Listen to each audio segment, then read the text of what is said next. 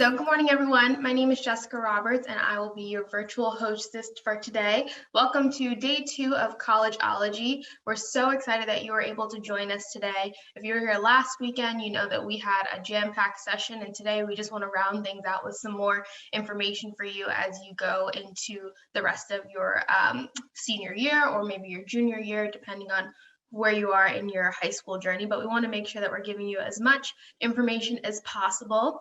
And so as usual, we're going to have our Q&A through our chat box. So feel free to drop your questions in there as speakers are presenting today. And as they are going through their sessions, if you have questions, just drop them there. We'll also take questions afterwards if you have a question at that time, but during their speech, feel free to drop questions there and I'll raise them to them as they're sharing. Also, we're going to have a participant feedback form for you to fill out. So we'll drop that in the chat box, but please make sure you do that. We are giving away prizes to the people that are engaged in the conversation, dropping questions, as well as the people that fill out the feedback survey. So please make sure you do that so we can make this program and other Seymour programs the best that we can for you and people like you coming, following your footsteps, basically. So we're going to kick things off learning about the success path through virtual high school, graduation requirements, diploma types, activity involvement. We have Kiva Boozer, who is a guidance counselor at Walt Whitman High School, who has several years of experience preparing students for college admissions process. So she's going to kick things off and just give you some more insight into how you can be successful as you round out your high school career. Good morning, Kiva. Oh, you're muted. Let's you. Good morning, everyone. Happy Halloween on this cold Saturday morning. I'm so honored to be able to present again to you guys. And please forgive my crazy dogs if they bark. I have no place to put them, but they should be okay. All right, so most of you are probably juniors and seniors right now, and congratulations on getting this far in such unprecedented times. But what we need to do right now is stay focused on your goal, which is high school graduation. So a lot of you may or may not know what the graduation requirements are. You're going to need 22 credits in total to graduate, okay? That's the minimum. Some students will graduate with way more, some students will graduate with 22. If you think that you're in jeopardy of not graduating on time, please ask your guidance counselor at your school for the total number of credits that you have so far, so that way we can figure out a plan how to help you graduate on time. Okay, so within those 22 credits, you're going to need 4 credits of English, 1 credit of English every year, 4 credits of social studies, okay, 3 credits of science. I know some people are super excited about that, some not so much. 3 credits of math. Okay, I know the same thing, may not be so excited about that, but maybe not. A lot of colleges, they actually are recommending 4 years of math and science, and some are only recommending or requiring 3 credits. Okay, you needed a credit of art, music, or dance. I'm not sure if your school has a dance program. A lot of schools do, some don't, but you are going to need a credit of art or music. And if you have dance, that will be included in that requirement as well.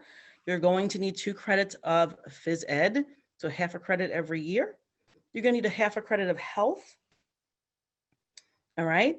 And then within there, and then you're also going to need language, whether that's, each school offers different languages. So you're going to need a minimum of 1 credit of foreign language in order to graduate, a minimum. But within there, there's different diploma types. And I don't want to confuse you with all different pathways, and because there's quite a few that have come up in the past couple of years. So we're just going to go through the nuts and bolts of the 2 most common. And then if that doesn't look like it's an option for you, I strongly encourage you to speak to your guidance counselor at your school to go over what the different pathways would be. Okay, so there is the Regents Diploma. Okay, that's when you always hear about the Regents Diploma. And again, you're going to need those 4 credits of English, 4 credits of social studies, 3 math, 3 science, the 2 credits of English, the credit of language, and the 2 credits of PE. And I think I mentioned the half a credit of health. Okay, within that as well, there are those Regents exams that you need to take, those dreaded Regents exams. with those Regents exams, of course, as a junior, you're taking your English, you're going to need US history, you're going to need one math. Some people have taken a global, and that would be okay, that's okay too. And then you're also going to need a science, whether that's living environment, which is biology, or a physical setting, which could be earth science, it could be chemistry, it could be physics, but you're going to need one of those, any one of those, to get your Regents diploma. Okay, now for the advanced diploma, but let me backtrack for 1 second. Generally speaking, for the Regents diploma, that one Regents exam in math is going to be algebra. Okay, so going forward to the advanced diploma, pretty much the same. Where it differs is with the science and with the math and with the language. So for those Regents exams, because everything else is the same, the 4 English, 4 social studies, 3 math, 3 science, 2 phys ed, half a credit of health, the art, that's all there, it's all the same. The difference lies in those other subjects I just mentioned. So for the advanced diploma, you're going to need 3. So you're going to need an algebra 1 exam, a geometry exam, and an algebra 2 exam.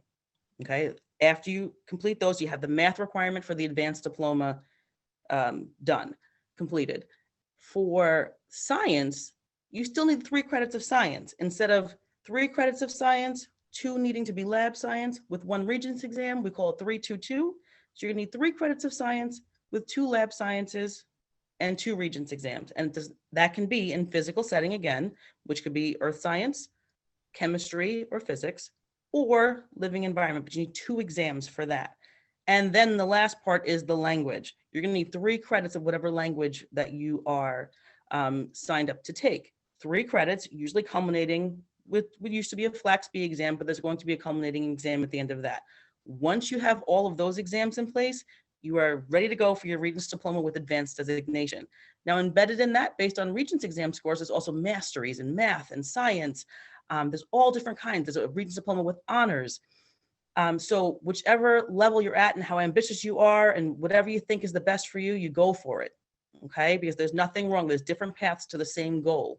What we want to get you to do is get that high school diploma, regardless of what it looks like, okay?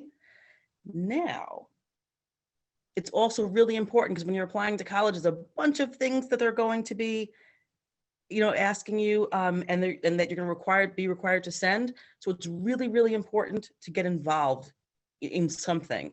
I'm not a huge proponent of saying you have to get involved in something in school. There could be something that you enjoy doing on the outside. If you're involved with church, if you work in an animal shelter or volunteer in an animal shelter, if you have a job, some people have to work. And that's okay because they're not looking for the perfect resume. They want to get to know you a little better. But if you love sports, or if you love the debate club, or if you love the step team or the dance team, I'm a dance team coach, that's okay. Whatever you want to get involved in. If there's any other club, there's coding clubs, there's debate clubs, all kinds of things, Frisbee. It's totally fine. But what you want to start doing is compiling all that information, because your activity resume, once you get involved in your clubs and activities inside or outside of school, they're going to be asking for an activity resume. And that's a running record of everything you've done in high school from 9th to 12th grade. Okay. Okay, I see a question. What if you pass all your Regents but fail the FLAX exam? Do you have the option to retake the FLAX? Would be my next question, because you should retake it. So what you should do, definitely ask your guidance counselor if they're going to be offering the exam in January and possibly June. I don't know if there's going to be Regents exams this year. There's lots of talk about it right now. It sounds like, yes, it's going to happen. I know in Walt Whitman, we are signing students up to retake exams and to take exams, but I haven't heard anything officially about it yet. But those are really good questions, because I have those questions too. If my school requires a business credit, what would qualify for that? Do you have a business department, Haley? Because each school is different. Okay, so anything under that department should qualify. But I don't know if there's basic or introductory business classes that maybe are the ones that would be approved for graduation. The standard passing grade for reading is 65, or is it set? It's the standard passing grade is the 65. Yes. So definitely, Haley, speak to your guidance counselor. Check with if you have a course offering book. Look and see what those basic business classes are. I know in the high school that I work in, we have business computer applications. We also have business law. You know, a lot of stuff: sports and entertainment marketing, sports and entertainment management. Do regions we were exempt from last year? Yes. If you were exempt due to COVID, to the pandemic, yes, that does count. That's you're exempt, but it's a passing grade, so you will receive credit for that. There isn't a minimum GPA to graduate, but you do have to pass your classes. Okay, so focus on passing the class, the courses that are required to graduate, not your GPA. I love these questions. Thank you so much. Because you're even asking more questions than some of my students sometimes.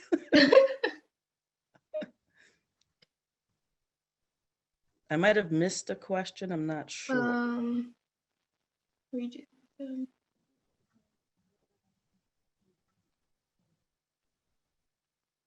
Is your weighted GPA the one for ranking? Okay, well, each high school is different. Our school does not rank anymore. We do percentiles, but your GPA, that's what they do use. If you're ranking, that's how they determine rank. Okay, rank is where you stand amongst your class. So if there's 300 students in the class and you have a 97 average, you know, they might say based on your average and all the other students in the class, you are number 27 in the class.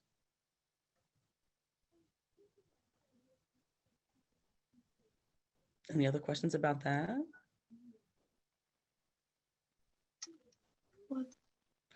What is the best way to start applying for scholarships, like merit-based scholarships, do you mean? Yeah, I think so. We were talking about that last week. Okay, so merit-based scholarships are obviously based on your academic achievement in high school. There's definitely different ways to go about it because there's all different kinds of scholarships out there. When you're applying to a college, sometimes just based on your GPA and standardized test scores, I know someone's going to talk about that a little bit later, so I don't want to go into it too much, but sometimes based on that, you are thrown into a grouping of students who all have the same qualifications to be eligible for the scholarship. And then from there, there's a group of people who sit together and they determine if you're eligible for it, and then you're awarded it. But there's also merit-based scholarships that are just out there, either through your PTA or just through a general search. You can definitely go on FastWeb. FastWeb is a good place to do scholarship searches. Yeah, we actually have from last week a link that a presentation was sent out with of all these different scholarship websites. So we can definitely share that again if you need to. We'll take one more question. I did see a question that was saying, what if you didn't participate in any activities in school? Will colleges still, consider you? Yes, absolutely, because everyone is not the same. Not everyone can join 57 clubs. Some people have to work. Some people have to watch younger siblings. Some people just haven't latched on to anything in high school. So yes, it is fine if you didn't, but I would encourage you to, when you're presenting yourself to the college in the application packet, explain to them something that you're passionate about. So while you didn't participate in something in school, if you enjoy reading, if you enjoy music, let them know that, because they're just trying to get to know you. Yeah. That's definitely good advice. It's something that I had to lean on. So definitely great advice. So, and if you have any more questions for Kiva, please drop them in the chat and you can answer them there. But we are going to move. So thank you so much for joining us. It was great having you and all your answers to these amazing questions that they have very early in the morning. So thank you for joining. They can keep sending me the questions. It's fine. Perfect. Everyone be safe. Have a great Halloween. Have a happy weekend. Stay warm. Yes. We definitely need that. Thank you so much. Thank you. All right, so now we're going to move on to Surviving It All with Marcella Pizzo. She founded a behavioral health practice in East Meadow, where she practices as a New York State licensed mental health counselor that provides therapeutic interventions to adults and adolescents. Her postgraduate training includes certification in cognitive behavioral therapy that is utilized as a primary method of treatment. Currently, she is a doctoral candidate at Delphi School of Social Work, where her research interest is focused on institutionalized forms of oppression with an emphasis on experiences of racism and sexism and its correlation to levels of self-efficacy and resilience. That is incredible. So welcome, Marcella. How are you? Good morning. I'm so happy to be here with you all and share space with you guys. I'm going to share my screen. We're going to talk a little bit about coping in the most difficult times. Right. All right. So as I go through this presentation, I want you to think about some of the biggest challenges you've had this year. So maybe think about life transitions. I know you all are preparing to go to college, and maybe stress related to the pandemic. Okay. Next slide, Jess. Okay, so how does stress present itself? So feelings of fear and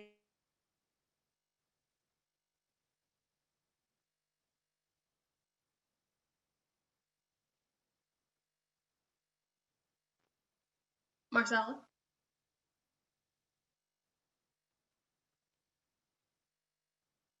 Did we lose her?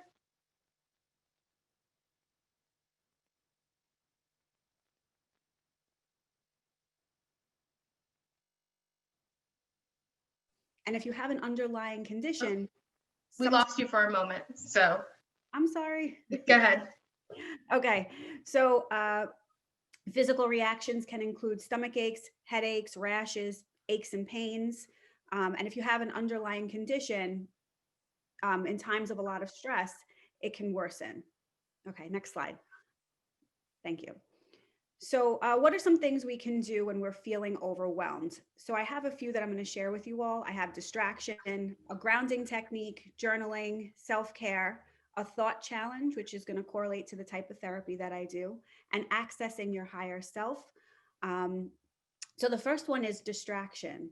So engage in enjoyable activities, watching TV, listening to music, cleaning and organizing your space. So some of the best TV shows or series that I found was from talking to other people. So if you all have something on Netflix that you feel like is positive and maybe helped you get through a rough time or something you enjoy, please share it in the chat with everybody else. Next slide, Jess. Okay, so this is a very, very simplistic technique, and all you have to do is rely on your senses. So you can do it in a classroom, you can do it when you are going for a job interview, any sort of stressful event, you can utilize this to ground yourself. And it's related to your sight, your touch, sound, sense of smell, and hearing. So, okay, do I have somebody who wants to do it with me? I do. Oh, hi, Sam. Okay, so this is a calming technique used to help you get through any tough situation. So I want you to take a deep breath.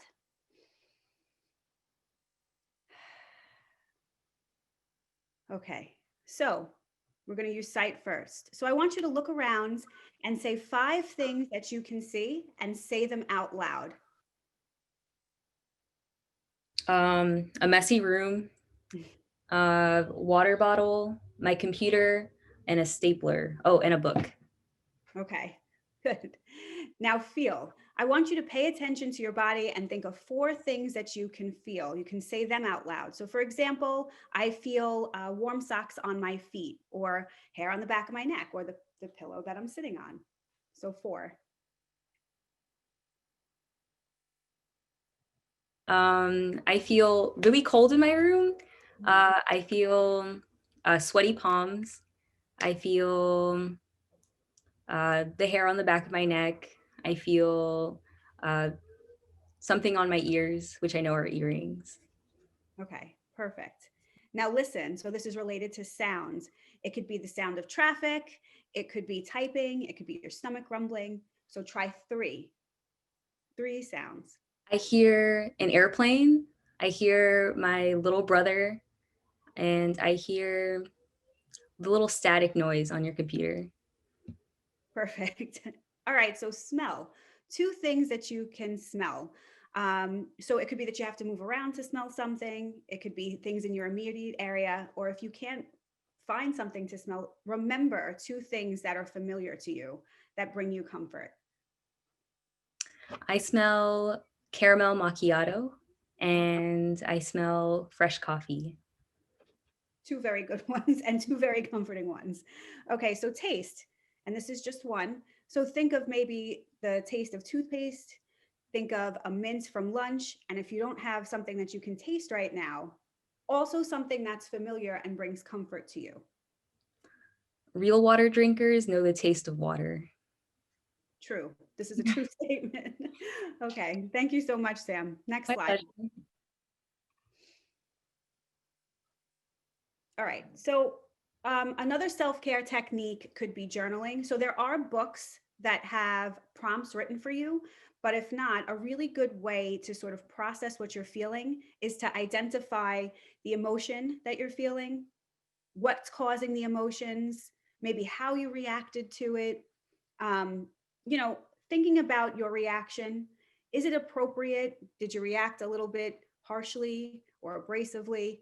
And is this situation or distress you're feeling a problem to solve, or is it just your reaction? So those are just some tips. Next slide. Okay, so self-care. Self-care varies from it varies from person to person. So what works for you may not work for somebody else.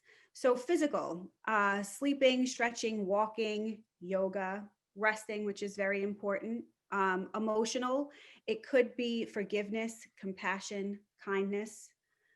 Social, putting up boundaries with people that maybe are a little bit too toxic for you. Support, communication. Spiritual, it could be time alone, needing to sort of unplug. Meditation, yoga, connecting to nature, journaling. Personal, it could be hobbies. So if you have a personal hobby that soothes you, also drop it in the chat, share it with everybody. Knowing yourself, so that's part of self-reflection. Space, so safety, healthy living and environment, organizing and cleaning, which is very important. Financial could also be a part of self-care. So that's budgeting, money management, paying bills that you have, working. So I think in today's climate, especially because so much is online, the boundaries related to our identities, so who we are as students or as workers or as family members, has all sort of morphed into one, making it hard to navigate things. So work boundaries, which is very important, knowing when to unplug and when to shut off, taking a break. Next slide. Okay, so let me just look at some of the questions. Someone said, would connecting to my lizards be physical? Yes, absolutely. And I think that caring for animals could be extremely therapeutic. Do you have another one I couldn't see? Nope, we're good. Okay, so this is a CBT thought record that I can share with you all. And this is sort of going to help bring you down. It's a technique that you can utilize. So I'll give you an example. Many of us struggle with test taking anxiety. I know that I certainly do. So here we go. I'm at home, I'm studying for a math test, and all I'm feeling is anxiety. Oh goodness, I have this test, what am I gonna do? And in my head, I'm thinking, I'm gonna fail, I'm a failure, and I'm gonna disappoint everyone. So have any of you sort of had that response to a stressful situation where you sort of catastrophize it and take it to the next level? So evidence that supports this thought, well, I've always struggled with math, it's possible I could fail. Evidence that doesn't support this thought, I've worked really hard to pass. Now you want to challenge it. Alternative thoughts. One test doesn't determine who I am. My loved ones won't judge me based on one test. And now the feeling is calm. Okay, so you sort of work through systematically the thought process that you're having, because so much of what we think drives how we feel. And this is a record that I'm going to send out to you all, make sure you get it as a tool. We do have one question that says, is all stress bad? No. So sometimes I think that I need a little bit more context. So sometimes stress is also normal. So I want to sort of contextualize that. I think it's our reactions to stress, right? So it's how we sort of internalize whatever it is we're stressing about. So sometimes, you know, stress is good. A wedding, a graduation, right? Those are things that are positive and exciting, but it's how we sort of process it. Right. So going off that point, we have another question that says, what is the best way to be calm before taking a test? So I think that it could be the grounding techniques that I gave you, the deep breathe, to sort of look at something, to smell something, to recall, comforting tastes or smells. That helps. Diaphragmatic breathing helps. And I think that the night before, the preparation before the test, so getting a good night's sleep, um, meditation helps before. I think that those are all key. Yeah. Jay did ask, which type of self-care would you recommend most for a stressed student? Which I think you just basically touched on with the preparations as well as deep breathing and meditation. And also challenging your thoughts. So much of test anxiety is correlated to feeling like you're not going to perform well. So I think it's important to acknowledge, okay, well, maybe I'm struggling with something that's difficult. Okay. And even if I don't do well, I tried my best. It's just a test, and it doesn't sort of determine the rest of your life. I think that's important, right? Sometimes one test isn't going to determine, the rest of our entire lives. Right. All right. Next slide. Okay. So I also want you to think about a stressful event, right? This is the theme, and some negative thinking that you've encountered. So the negative thoughts that we process that sort of drive the anxiety or drive the drive the depression are cognitive distortions. And these distortions are biased perspectives that take on ourselves and the world around us. So they're irrational thoughts. So it could be we bring it to like the 10th degree. So I'm taking a test and this is going to determine my whole life. I'm going to fail. So we need to sort of bring it back, acknowledge it, refute it, and bring it back. Cognitive distortions can be managed by acknowledging the thoughts and refuting them, which is exactly what I did in the slide before. Okay, so accessing your higher self, practice gratitude. So there are things that you can do to sort of change a negative sort of perspective that you're having, right? And it's very hard in the climate that we're living in because there's so much trauma collectively that we're enduring. So create a journal of things that you're grateful to have, make a list, right? So I'm grateful for my health, my family, and start that way. Start your morning every day with practicing gratitude. Another one, you can send a text, an email, or cards to friends or family. We're living in a world where everything is so connected online. Sometimes a card in the mail is very quick, a little letter. A family member or a friend would really appreciate it. Volunteering your time or creating a safe space for somebody who needs someone to talk to is also a way to sort of access your higher self. Create a gratitude jar. This is something that I incorporate in my life. So things that you're thankful for, they could be memories, positive affirmations, and you have them in a jar. So anytime you're feeling anxious or blue, you can take them out, look at them, and that'll bring you back into a different state of mind. Next slide, Jess. Okay, so if you're feeling overwhelmed and you feel like, these techniques aren't working and I really need someone to talk to, you can always talk to a parent, a teacher, or social worker and ask to see a counselor or a therapist. Next slide. Okay, here are some resources that I'll give you all access to. Next slide. Any questions? Perfect. So you do have a number of questions. We're probably going to be able to get to one, but I'll start with the one that's farthest up. So do you think procrastination is a form of avoiding stress? Absolutely.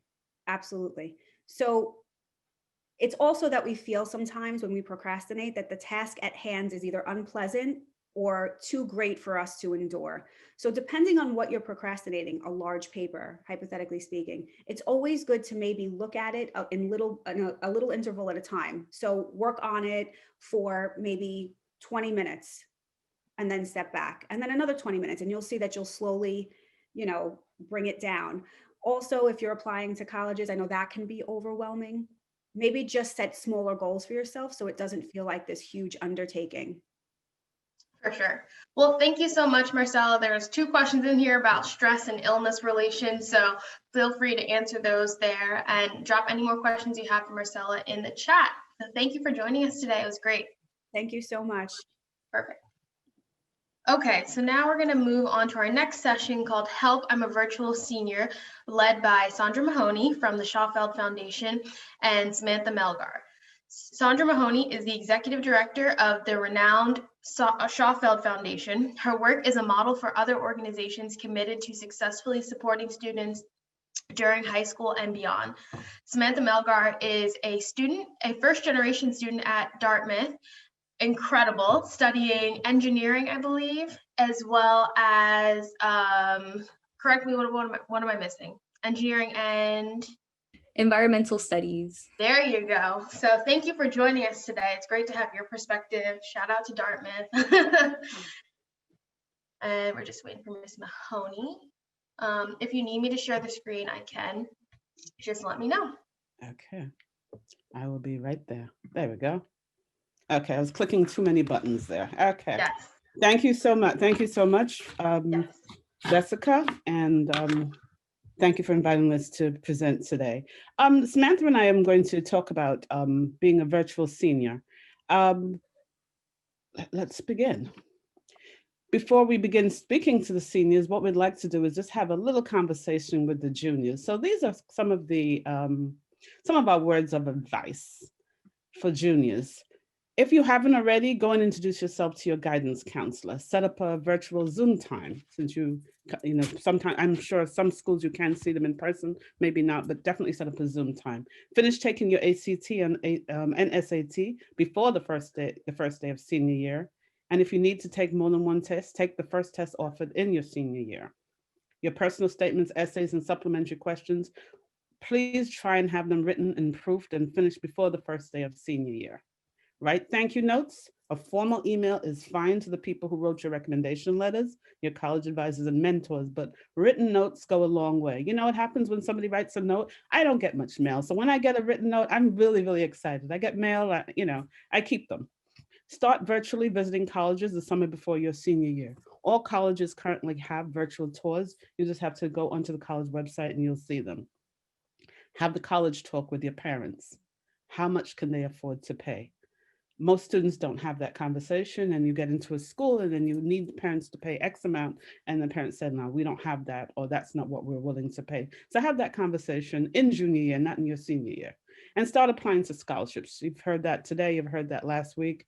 There are a lot of local fraternities, sororities, Jack and Jill, the Lynx, the Masons, Eastern Star, the Elks, local law firms, churches, and car dealerships give anywhere from $500 to $5,000. Apply to as many as you can. Now I'm going to give you some words of advice to our seniors. Same thing.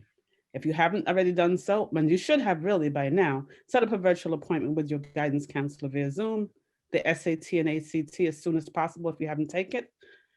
Have your personal statements, essays, and supplementary questions written, proofed, and finished before Christmas. And I use Christmas simply because you want to have the applications done before the end of the year. You want to put them in. For me, I would always like students to put the applications in somewhere between Halloween and Thanksgiving. So by Christmas, you should have an acceptance. It's a wonderful thing to walk into your second semester and have at least one acceptance. It does take a lot of, we just heard about stress, takes a lot of stress off of you. Again, write the formal thank you notes. Formal email is fine, but I said that written thank you note still goes a long way. Go to all the college events if you're a senior at your school. Many colleges will visit virtually. Speak to all of the recruiters, especially the schools from Long Island. Why? They're trying to retain Long Island students and really, really, really want you. If you get a financial aid award that you're not happy with, ask for more dollars. There are many resources, including your guidance counselor, that can give you information on that. And at the end, you'll see my email address. You can actually contact me.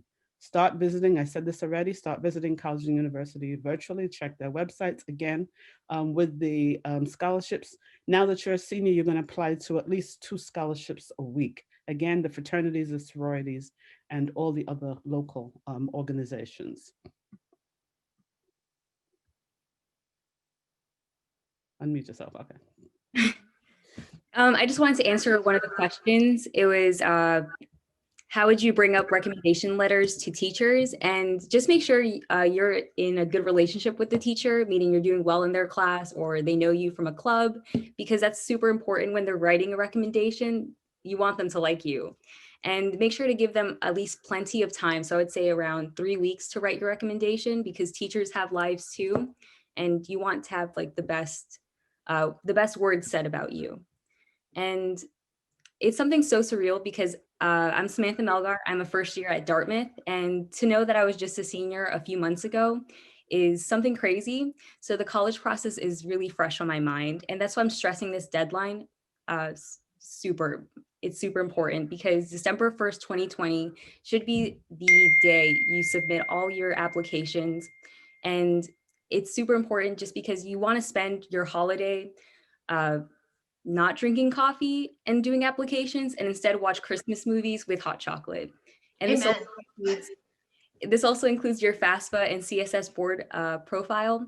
They're both financial documents, and the FAFSA, it comes on a first come, first serve. So make sure that's done immediately. The CSS college board profiles for Ivy League students, because you have a great chance of getting a full ride at these institutions if your family's making under $65,000. And for those go hards that already applied, good job on you, because that's something I wish I did. Now you just have to make sure you're submitting things regularly and keeping yourself updated with emails and any other portals things you have to do.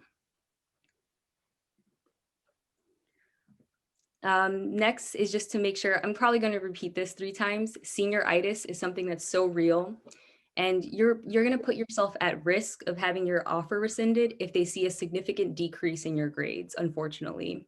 So this includes also monitoring your behavior, which is probably hard to do online, but make sure you're good on that part.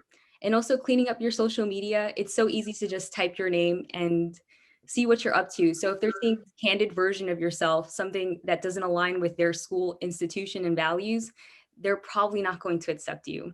So make sure you're marketing yourself in the best way possible. And also take advantage of senior year. This is like your last time, and try to do everything you can to make it fun, including Among Us parties and even just making silly TikToks.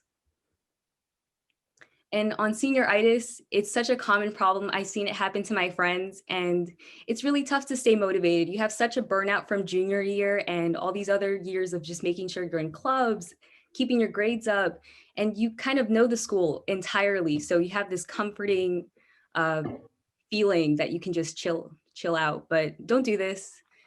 Keep yourself as busy as you can with like all your passions by staying active in the school, getting a part-time job so you're focused on the money, and even just making sure you're getting your schoolwork done. So this year's a lot of laughs, make it worthwhile. And on top of the college process, you don't have to buy into the idea of applying to 100 schools like a lot of YouTubers are doing. At the end of the day, you're going to one school. So make sure there's schools you actually care about. And a great way to keep yourself organized is having a spreadsheet. You have Google Sheets on your Google, link to your Google account. And this is so easy. Just target your safety, target and reach schools, color code them, and start adding requirements such as like, what's their SAT score, their tuition, can I even afford it? Do they even have schools? Do they even have programs I'm interested in? And realistically, I only applied to 11 schools last year. So you can really keep it to 2 to 6. And we actually do have a spreadsheet which we can offer to you if you're interested. We can send that to you.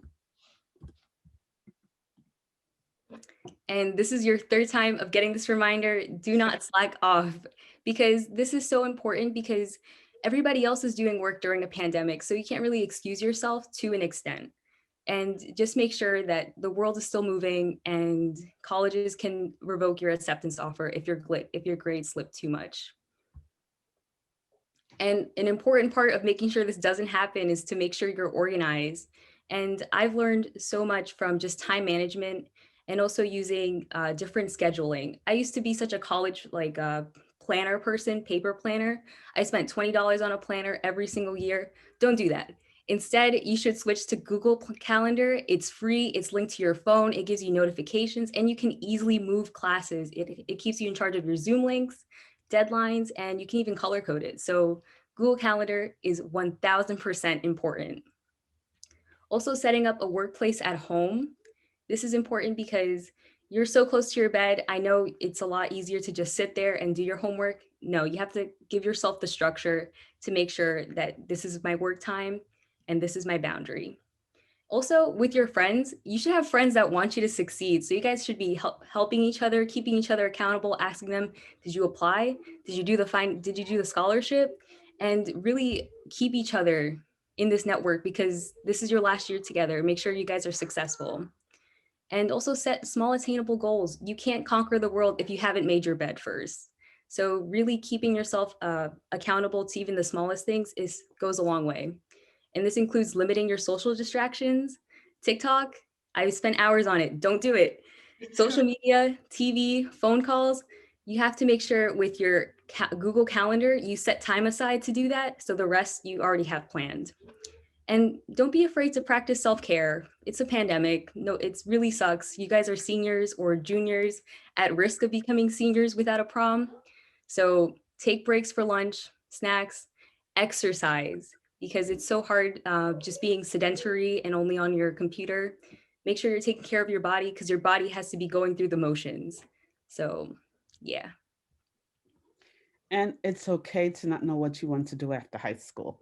There is another session that's going to talk to you about some other options, but unfortunately, not everyone knows what major, career, and college they want to pursue after high school. And you know what? That's okay. Everyone is on different paths. You could go to community school and community college rather, and then get a sense of what you really want to major and then continue. You know, do some more research on the colleges you apply to, or virtually tour the campus as you look to figure out where you want to go. I'm just going to start from it. How many people, what percentage of students do you believe change their majors each year? You can put the answer in the chat, and the first one with the correct response, I'll send them a gift certificate. But just put it in the chat. And Samantha, you can't answer. And if you think you want to work the year after you graduate to save money or take a gap year, you know what? Go for it. People at every age go back to college every day. If you're not ready for college, take a break and figure out what you really want to do in life. And as I said, there will be a discussion about some other alternatives. We do have a few questions that I do want to get to. Okay, we have, do you want me to do it now? Yeah, just one clarifying question. It says, what did you mean by ask for more money if we are not happy with the amount given to us financially? Okay, in college, when you get a financial aid package, there's something, and you're not happy with it, there's something called an appeals process.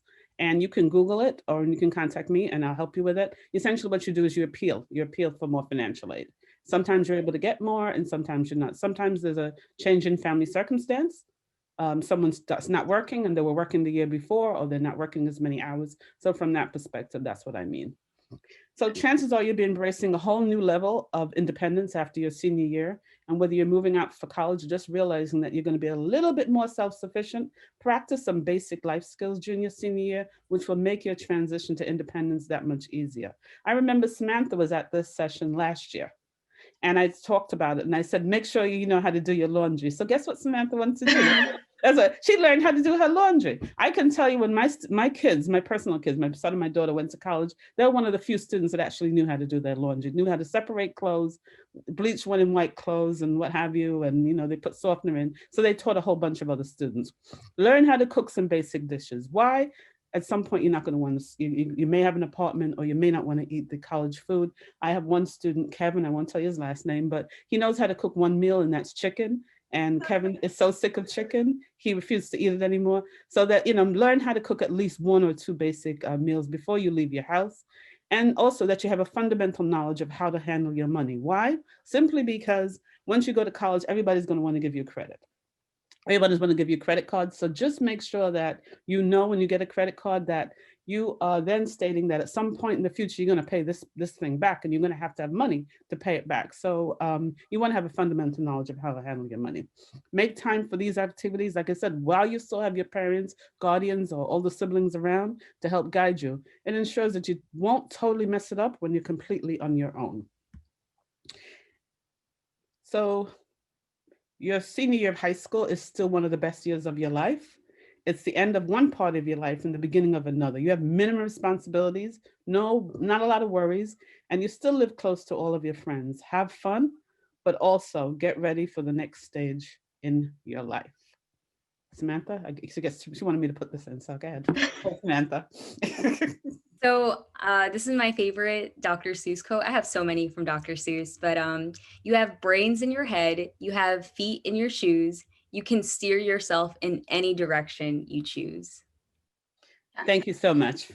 That was great. Thank you both for joining us today and for sharing your perspectives on how to just make it through in this setting. So thank you both for joining us. I see Samantha's been answering questions in the chat, so feel free to drop any remaining questions, and her and Miss Mahoney will both be answering them. But we're going to move on to some sessions on the ACT and the SAT. So we're going to hear from Terrence Hinson, who is the assistant principal at Northport High School, and he is a devoted husband and father of 3 boys. He's going to talk to you about some of the changes to the ACT and the SAT. And then we're going to continue that conversation with Kyle Bowler, who is a guidance counselor at Westbury High School, and he's going to share some SAT and ACT test taking tips and strategies. So welcome. Hello. Good morning. Good morning. Good morning. I'm going to share my screen. I just wanted to say thank you guys for having me and inviting me to this panel and this session. We did, since the pandemic hit on March 13th, we have administered about 8 SAT and AP exams and ACT exams. So I've been getting a lot going You're on. a pro at this now. It's virtual. So I'm going to share. Am I sharing? Or you doing? Not yet. Okay. I thought I was. All right. There it is. Is that it? Yep, there we go. Here we go. So we're calling this testing in an uncertain time, ACTs and SATs. I know that someone is going to share a few more pieces about the exam, so I don't want to assume that folks don't know this, but I'm sure Kyle will get to some of those things at the next portion. But just by way of helping you to understand that the SAT, many students take the SAT. This information came from the College Board. So for the last few years, I actually believe the ACT was the most taken exam, but the College Board will tell you that they are. But these scores and these exams are accepted for college admissions. There's so much support and there's so much information that they have to help you prepare for those things. It is a long test, so you have to be prepared for that information. Again, I'll say that for Kyle. ACT, again, is something that I found easier when I was in school because it's more curriculum based. If you do well in school, English, math, reading, science, all those things are great ways to show what you know. I always say that students who are just real hunkered down students tend to do better on the ACT. Again, I think it's the most taken test, but we'll let the College Board tell you otherwise. Just some quick information about the score scale. So it is on a scale of 1 to 36. It's a beautiful thing because they have all these sub-scores and it gives a lot of information about your scores and about your skill set in specific areas. But really what the focus of this conversation really is about the changes as it relates to both of those tests. When we first started this experience, I had one thought about taking tests, and once we found that schools were going to be optional, my thought was, tell the kids don't take it. And then as I did more research, I realized maybe I should pull back that statement and adjust it. So we do want to let you know that the college, many colleges have gone to test optional scores because of the pandemic. And so that is something good to know. For those of you athletes, they have decided that for the 21-22 academic school year, there will be no scores needed to play D1 or D2 athletics. So that's great. Make sure that if you're considering playing any of those sports at the D1 or D2 level, you speak with your counselor and just verify all the other pieces of information that you're going to need. The subject test policy. So many of our students take subject tests within the SAT. Those are specific tests that test your knowledge in math, science, and the like. Many of those still are going to be test optional for the schools, and that has also been softened for the colleges, but it is something that you want to consider. Other changes, which is really great. Many schools have, and this may or may not be related to testing, but many schools have reduced their application fees. They've cut them. The colleges and universities have extended their deadlines. They've moved them a little bit in order to be more friendly to those of us who are struggling through this pandemic. the AP exams. We had administered hundreds of those exams during May and June, during the crisis that we were all experiencing. And many people were nervous about what those scores would look like. Will colleges accept my scores? For the most part, colleges have decided that they will accept those scores from last year and going forward in this year. Some have changed their policies, and those are things that you might want to just check on with your college or university, and specifically probably with your school counselor. And so here's where I changed my thoughts on, should I still sit for the exam? And I'm gonna say, maybe. So many of us who don't test well, I was one of those kids who didn't test well. I would have loved to have that opportunity to not submit those scores. But as I read more articles, as I listened to the families in my community, I found that there were some benefits to still sitting for those exams. And so mainly if you're a really great test taker, right? There's no downside to showing a college that you can get a 1,500 or 1,400 on those exams. So if that's you, go ahead, take the test. I might have a seat for you next week in my test center. I'm finished with the exams after November. There will be many schools that will offer you still scholarships, and financial aid will still be tied to those scores. Many of the scholarships that may be offered through your school, your high school, or local community, they still have some ties to scores. So that may be something that you may want to offer those schools.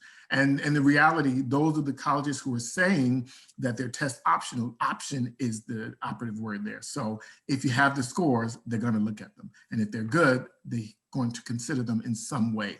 And they haven't really told us exactly what that way is, but those are suggestions that I would have for students.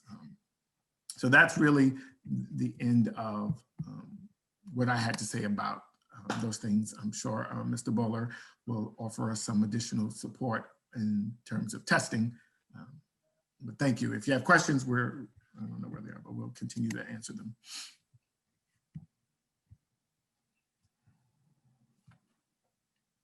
Yep, feel free to drop any questions you have in the chat and I'll raise them. But we're gonna pass it over to Kyle, let him share his test taking tips and tricks, and we'll continue to take questions there.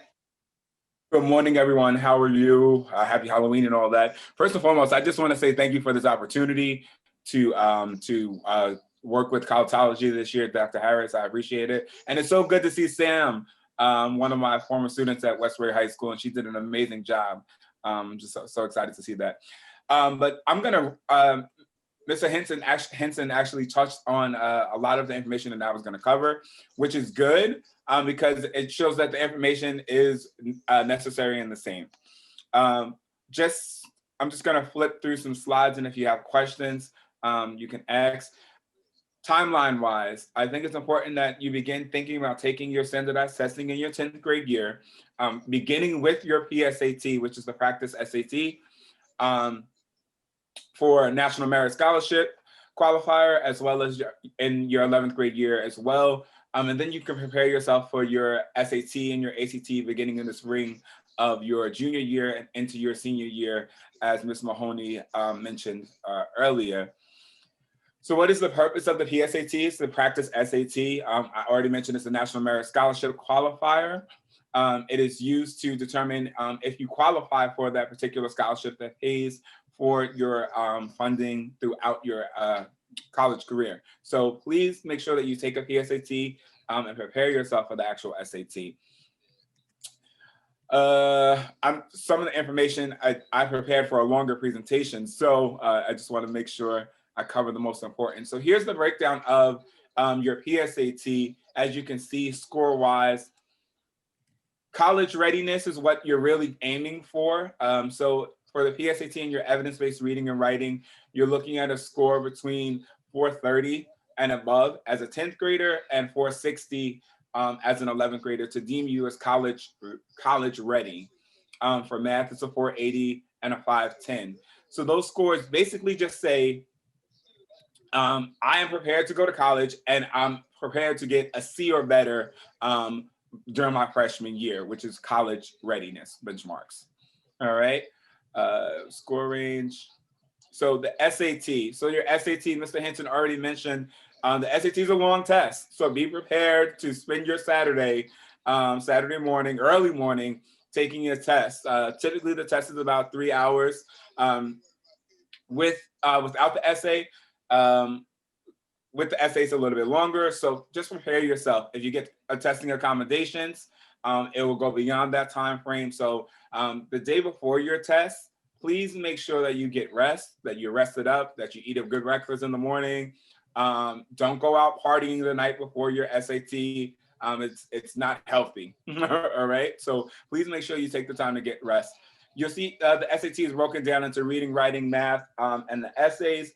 There's a math with calculator and there's a math without calculator section. So those are the sections that you see there, and the time breakdown. This gives you just general information of your evidence-based reading and writing. So there's going to be passages that includes U.S. and world literature, U.S. history, all that good stuff. I want to get to the most important part, the comparison between the two. SAT scoring. So you have your composite score. And when you're doing your college researching, please make sure that you use your College Board accounts to see what colleges are looking for, so you know what range that you're aiming for. So you're looking at it, the sum of the two areas, evidence-based reading and writing, and your math section, and your score range can range between 400 and 1600. All right. Oh, most important thing. I tell students this. We just did a school day PSAT in our building just on Thursday.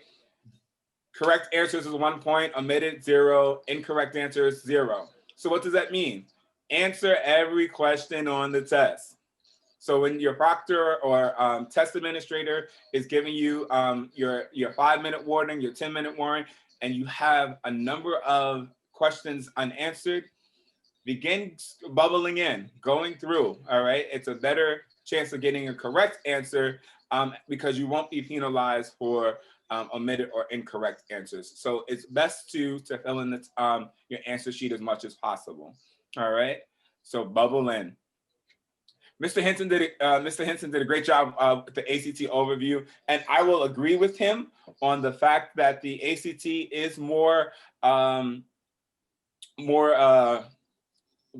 easier in an aspect because it's more practical in your testing approach. It's more day-to-day versus the SAT, which is more analytical. You have to critically think with your SAT. So the ACT is more science-based. So if you know you're going into your science fields, or you intend that you want to be an engineer, a scientist, a doctor, whatever the case may be, I definitely encourage you to take your SAT because most of the ACT, because most of your questions on the ACT are going to be science-based, and you will even see that in the passages, your reading and writing passages, your reading and English passage for your ACT as well.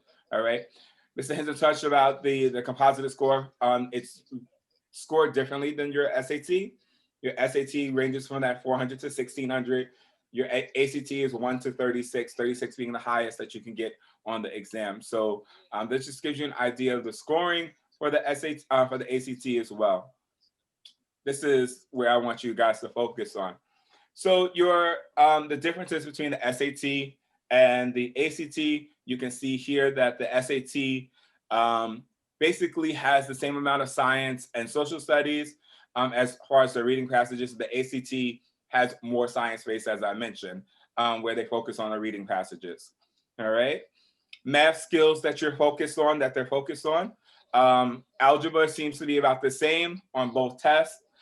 Geometry more so on the ACT exam than the SAT. So if you know you're stronger in algebra, you might want to consider doing the SAT. If you're more stronger in geometry, you might want to say for the ACT, it's more practical. All right. So similarities between the two. They both are used for college admissions. They're used for scholarships and merit-based grants as well. You can take both exams as many times as you want. I always tell my students, 3 times is enough. If your score hasn't changed dramatically within those 3 times, take a break, relax. You'll get into schools regardless, right? Because colleges are now looking at a holistic approach in their college admissions process this year, particularly as Mr. Henson mentioned, as far as the test optionals. Typically taken in the spring of your junior year and the fall of your senior year. So the actual test, like I said, we encourage you to take the ACT, the SAT and your first SAT in the spring of your junior year. Please take the PSAT in the fall of your junior year so that you're better prepared for these tests, all right? The essays are optional. I always encourage to take the essay at least once so that colleges can see a writing score on any of your tests, all right? Because you will also submit your college essays as well, all right? I talked about this already.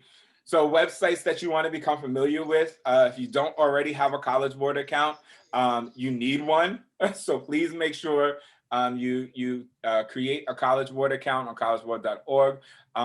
There you can take practice PSAT exams as well as SAT information and PSAT information. You will have to register for those exams on the College Board. And ACT, you will have to register on the ACT.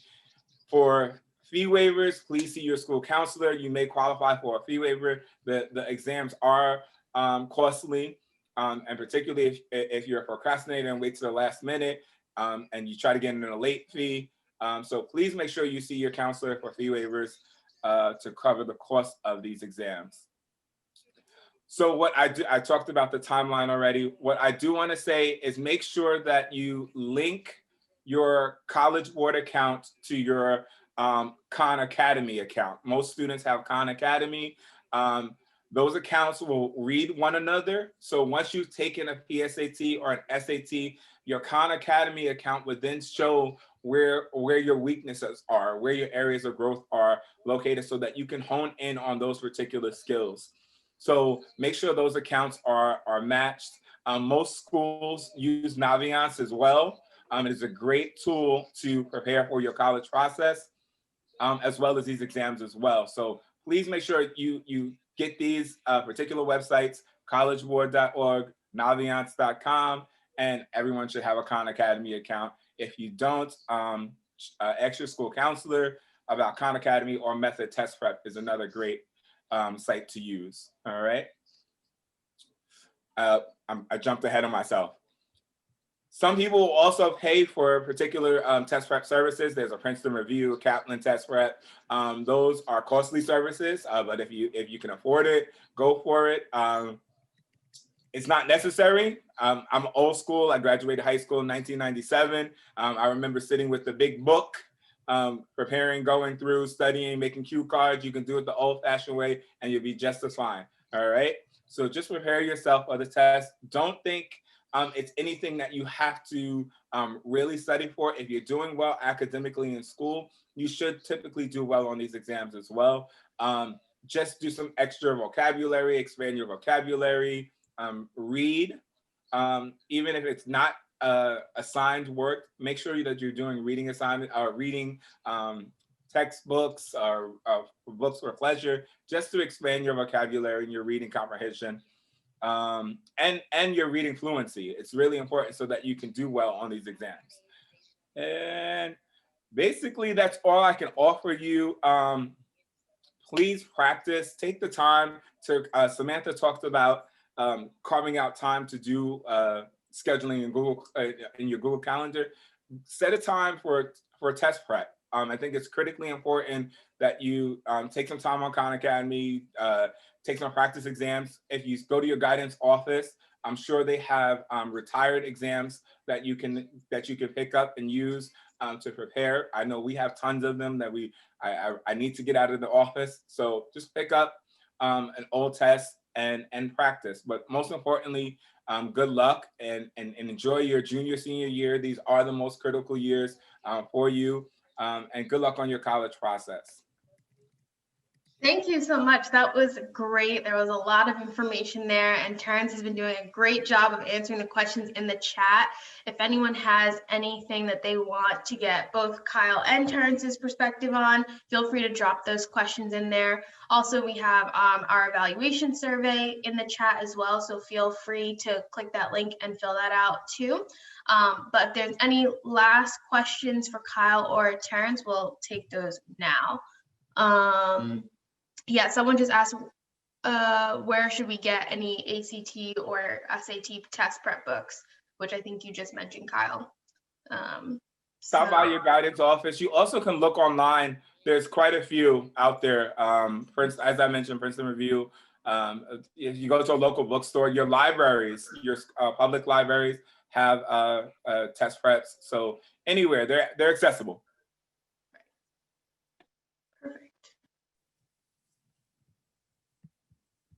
Okay, any final questions, anyone?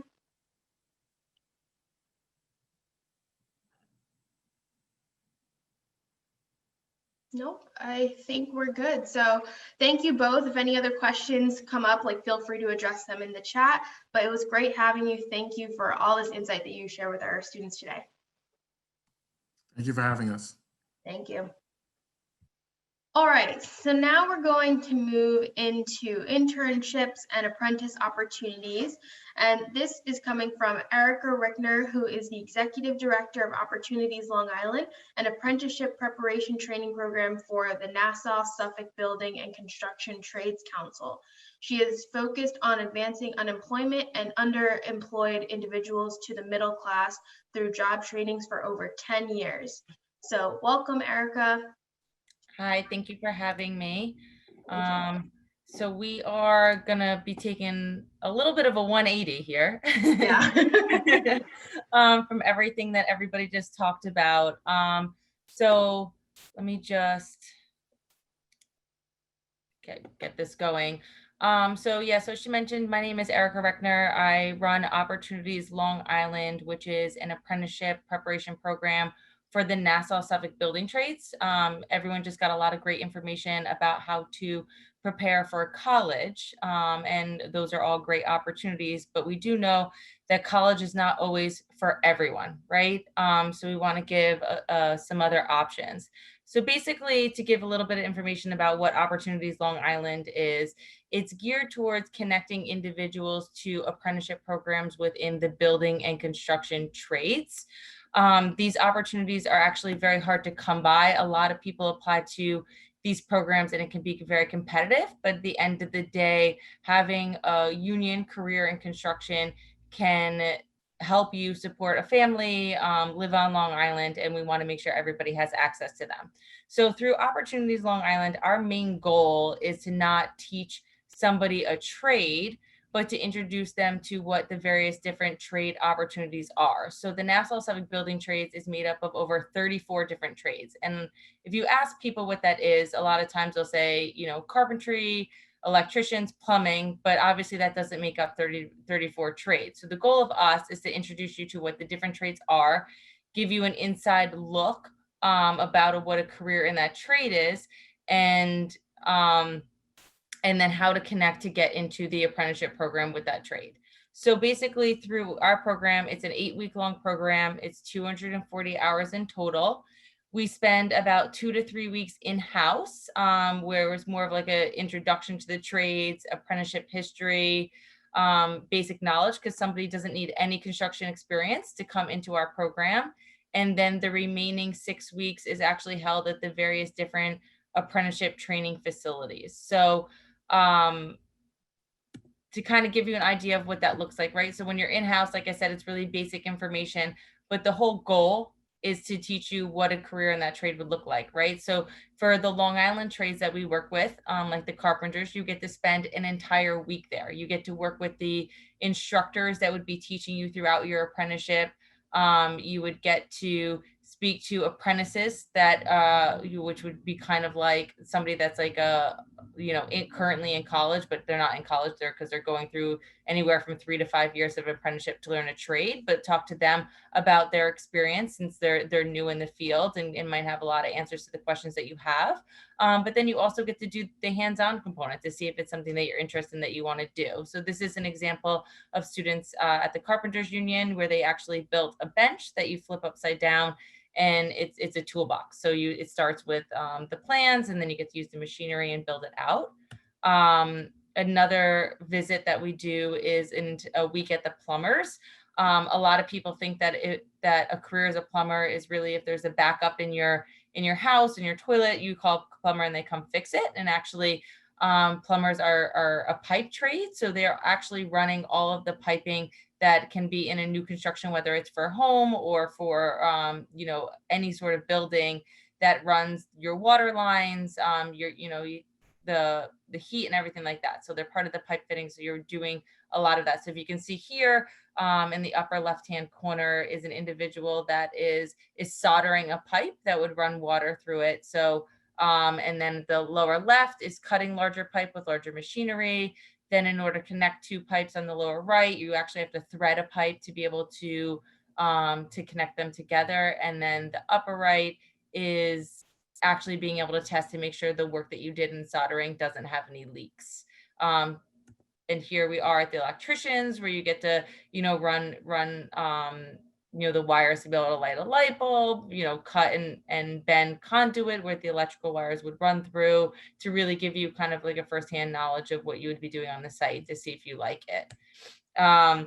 Here's just more examples for trips that we do, right, to the bricklayers, brick restoration, and tile, marble, terrazzo. So you get to, a day in a life of what it's like to be an apprentice in these different fields.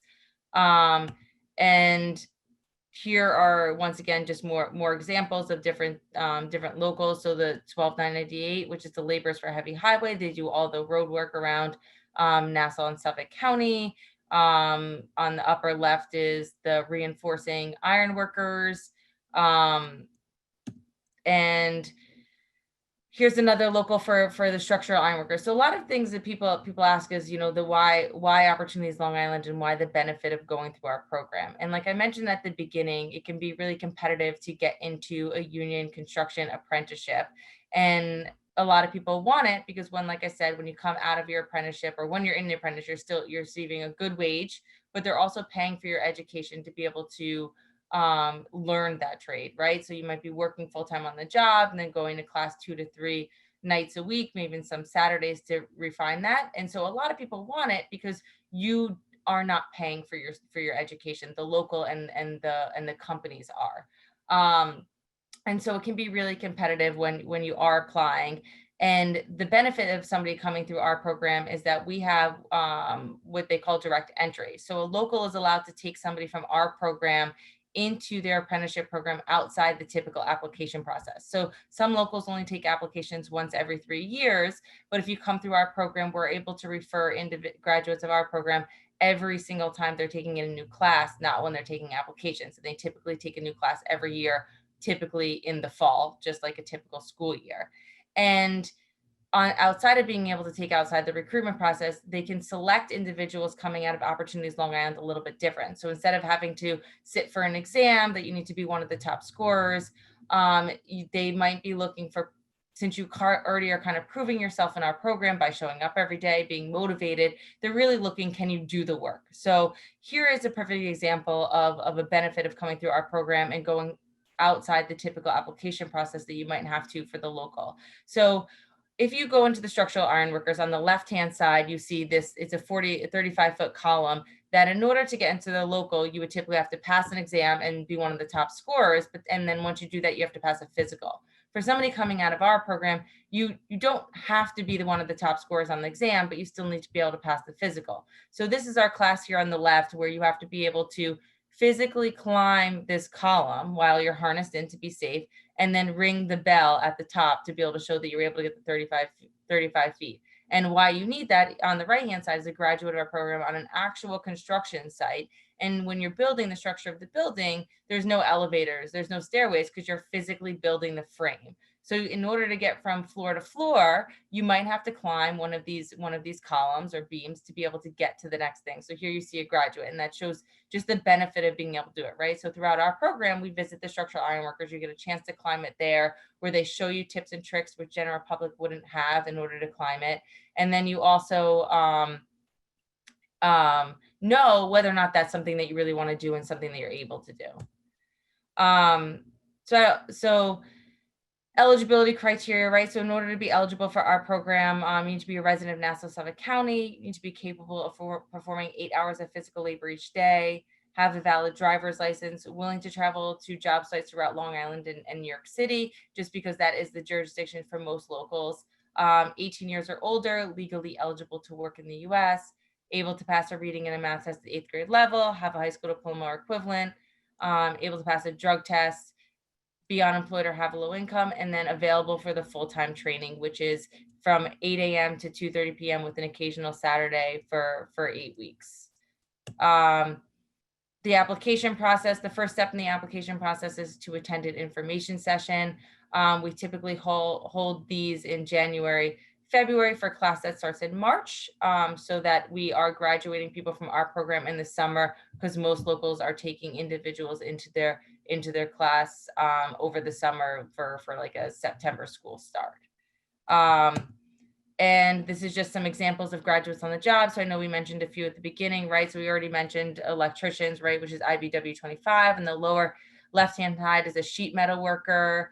There's 3 different iron workers, right? There's the ornamental, there's the structural, and then the reinforcing. On the upper right-hand side is the insulator. I'm happy to, go in depth more about what individuals do or in the different locals, but if you have questions, I can definitely ask them.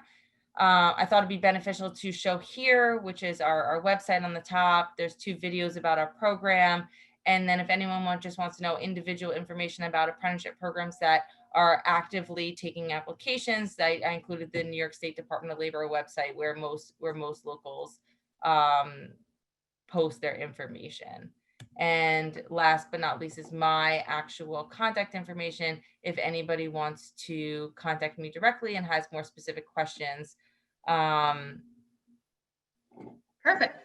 Thank you so much, Erica. This is great. One question came in. When does the program start, or when are you still taking applications? Yeah, so we are in a little bit, normally we would have already started taking applications, but due to COVID, we're going to wait until January to see how things go, because our info sessions are typically held in person.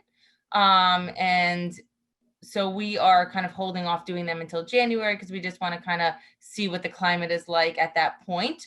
But our goal is to start a class in March. So probably a shorter recruitment session in January. Typically we have a class that starts in March that runs, straight through for 8 weeks. We take about 20 to 25 students, because we keep it small, because we want to make sure that everybody that we're accepting into the program, that we're able to get through the program and connect to an apprenticeship opportunity. This year, we're still trying to figure out those kinks, and based on social distancing and classroom space, we really want it to be in person, because we feel, especially with construction, you get a lot more out of that. So we're exploring, maybe we might do 2 cohorts of 10 or 12 so maybe everybody you go like, Monday, Tuesday, and every other Friday in person, right? So we're still kind of looking at some of those hybrid schedules, just like the school systems are, to kind of really be able to give everybody the attention and space. Right. Definitely need that. Another question came in and says, is there an age limit, and do you offer this course in Spanish? So unfortunately, we do not offer the course in Spanish. There is no age limit, right? So you need to be 18 years or older in order to be eligible for the program. But as long as somebody feels that they're physically fit, to be able to do 8 hours of physical labor.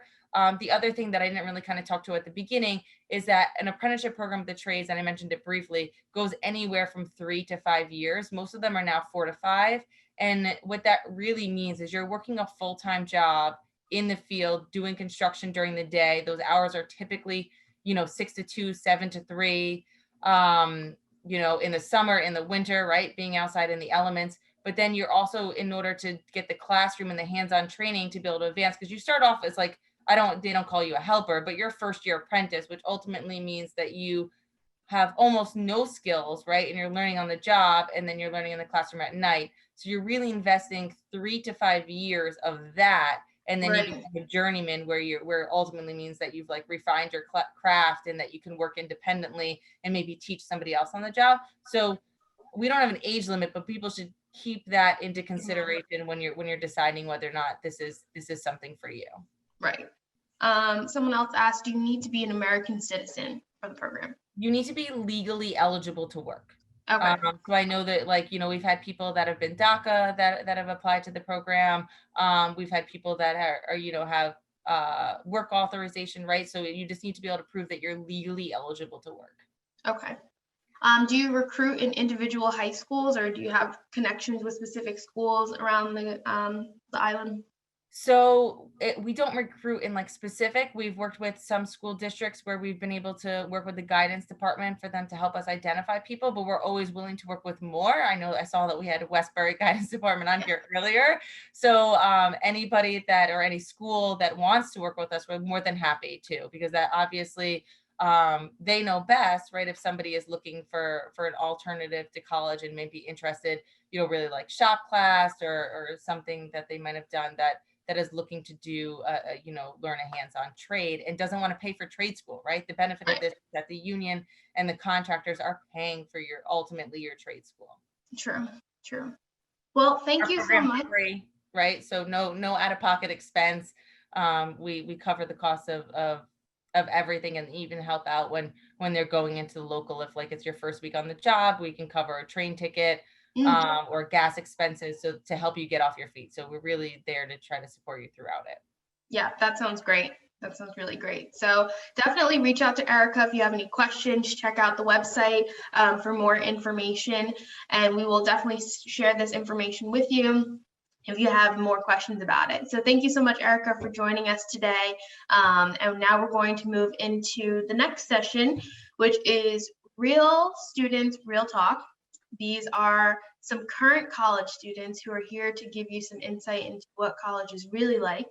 So our moderator for this session is Lexi Roberts. She is a current senior at Siena College in Albany studying psychology, and I only know that because she's my sister. And then we have Sydney Shaw, who is a student at Adelphi University, Kevin Martin, who is a student at Stanford University, Erica Bell, who goes to Tuskegee University, and then Melva Morales, who goes to Hofstra University. I will allow them to share their personal majors and why they chose their school, but we are going to move forward with their session today. So welcome, everybody. Yes, thank you, Jessica. Good morning, everyone. Almost afternoon. Hopefully we can answer all of your questions. And guys, just like you have been doing this entire time, feel free to put your questions in the chat and hopefully we will answer all of them. I have some beginning questions to ask you guys, the panelists. So how did you decide that you wanted to go to school? And then what was your process in choosing the school that you chose? And anyone can answer, or I could pick on you guys. Oh, wait, Erica, are you talking? Wait, you gotta turn your mic on. Okay, I'm saying it didn't matter, but I can go first. Hi guys, my name is Erica Bell, and like Jessica said, I go to Tuskegee University. So how I first decided I wanted to go to college was, I kind of knew what I wanted to do. So I wanted to be a veterinarian. I was like, I knew college was the option. And of course, like, my parents wanted me to go to college. So I applied to about 6 or 7 colleges, and I applied to some in-state, but mostly out-of-state because I lived in New York like all my life. So I just wanted to explore. And I had one HBCU on my list, which is Tuskegee University. And if you guys don't know, an HBCU is just a historically Black college. And so I knew I wanted to go to Tuskegee because they have their own vet school on campus. So it was just, a great opportunity because a lot of undergrad schools don't have their own vet school because it's only like 30 in the state. So I knew they had like a really good program, and I was hearing about them, and I just liked their history. So that's kind of how I fell at Tuskegee. Melba, you could go. Hello, everybody. So my name is Melba Morales, and I'm currently attending Hofstra University. So initially, I've always been involved in like Hofstra programs, and I knew about Hofstra because I do live in Hempstead, and Hofstra is in Hempstead, so it is a very local school. Hofstra is a private university, so at first I was a bit hesitant. Do I want to stay local? Like Erica said, because I lived in New York, I did want to go away. But looking at everything, you also have to look at what's closer to you in a way. Like look at the benefits of either going away or staying closer. And sometimes as a senior or as a junior, you tend to want to leave home because you want to get that college experience. But some of my advice is to look at what college best fits you and what benefits you. Like personally, I feel like staying closer to home and actually looking at everything that Hofstra has to offer, it definitely was the best choice that I've made so far. So truly like look within yourself to see whether or not the college is for you and whether or not going away from home or staying close to home is the best option for you. Thank you. Can I hear from Malachi next? How's everybody doing? Excuse me, I'm currently a senior at Howard University. I'm a criminology and political science double major. And really, when it comes down to just going to college or making the choice, it's really just about you. For me, I started at the New York Institute of Technology in Old Westbury. And then I decided that it wasn't really the best fit for me, and I wanted to attend an HBCU and just be able to, learn more about myself. And that's really what I've been able to do since going to Howard.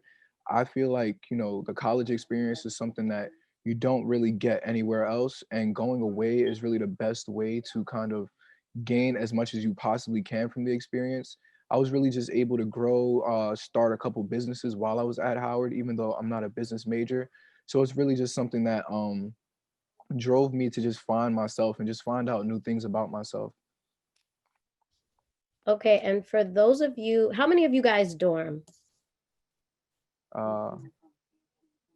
Okay, so Kevin, how's dorm life for you? How was your transition to dorm life, and how do you feel about that? Hi, everyone. As you said, my name is Kevin. I go to Stanford University in California.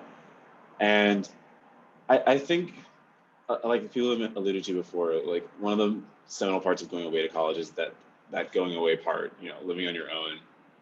And it's a transition for everyone. It's really different. I was one of the people who really, really wanted to leave for a very long time. So I was super excited. Like I got to move in about 30 minutes and I was like, all right, everybody leave. I'm done. I'm ready to be on my own. That said, there's still a lot of different things that come along with that.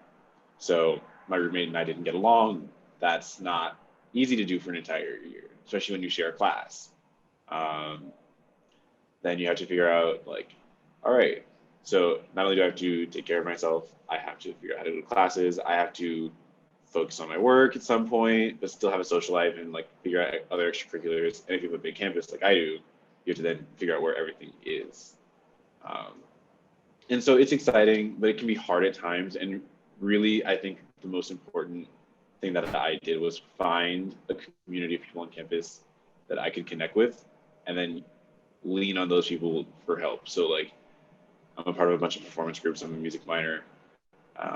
And a lot of people in those types of programs like span all 4 years of college. And so like I had people who had experience to help me figure things out. And I had people who were in my year who were also struggling, who could also connect with me. So that way I didn't feel like I was the only one struggling.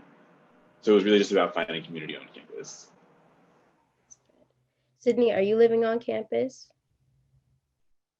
I don't. I live like 20 minutes away from Adelphi, so I drive back and forth, which is convenient because I'm on campus late anyways. So it's kind of convenient to just come home close So instead of like driving for like an hour. How's your experience as a commuter? Is it harder, easier, or? It's not harder per se. I go to work 3 days a week in the mornings, and then I head over to campus like around 2, 3 o'clock, and then I'm there till like 7:30, which is fine because I have a heavy workload, so I always have something to do. So it's not terrible. It's good. Okay. Zaire, do you live on campus? Was that for me? I Yes. couldn't hear you.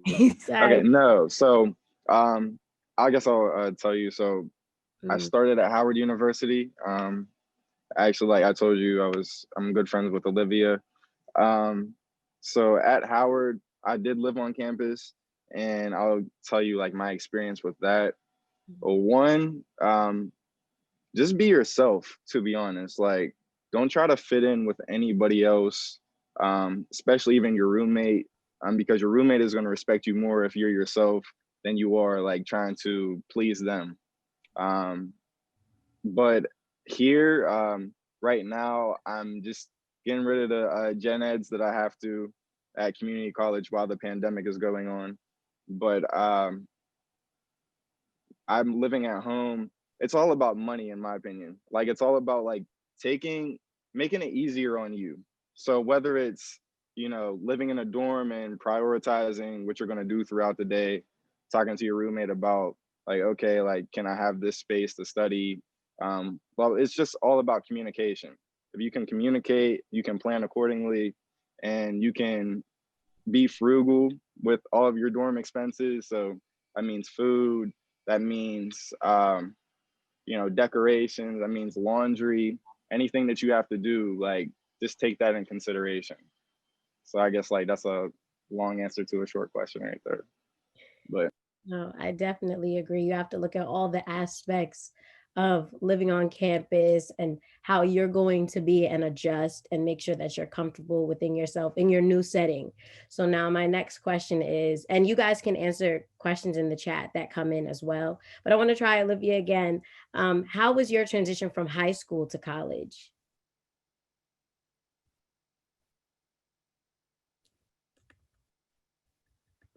I don't know. I can't hear you. Oh wait, I think I can hear you now. Maybe.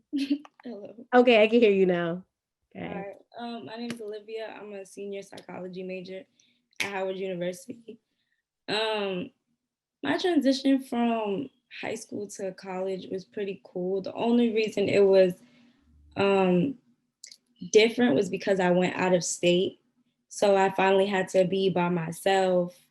I had a roommate, but I'm not living at home with my parents. I'm by myself. I have to do things by myself. I have to travel to school by myself. But other than that, it's not really it's not for me, it wasn't a hard transition, but it's gonna be a little different if you're living off campus, especially if you're in another state.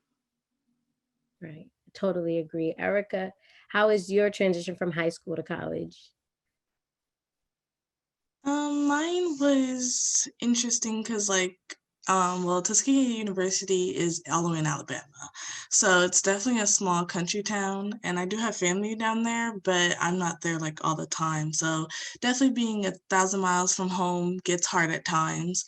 But like I stated before, like it definitely helps you grow. So definitely in my 4 years being here, I have grown and definitely met a lot of people, made some great friends. And so it's just definitely helped me be, like out of my comfort zone. So I think looking back on it, it just, even though it wasn't hard at first, and definitely like, I still, call my parents when you need help. Like it's not bad to still reach out, because you're still going to go through stuff and school is hard. So yeah.